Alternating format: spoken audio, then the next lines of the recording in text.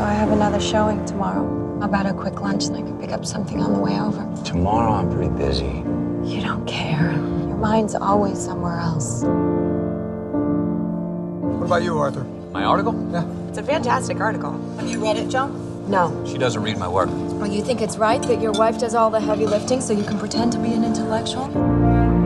There we are, the lake house. I love that lake. Yeah, you did. It's my paradise. Now, why can't you just be happy for me? Because I'm too busy feeling bad for myself. The MRI detected a small mass. How risky is the surgery? It's a highly invasive procedure. Do you believe in God?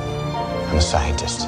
God is more our creation than we are his. If God is not waiting for you on the other side, who is? All the anger and the pretending and the fighting, it all got put on hold. It is during our darkest times that our loved ones are closest. I don't want to die, Arthur. In some cold, empty room surrounded by people who are only there because it's their job to be.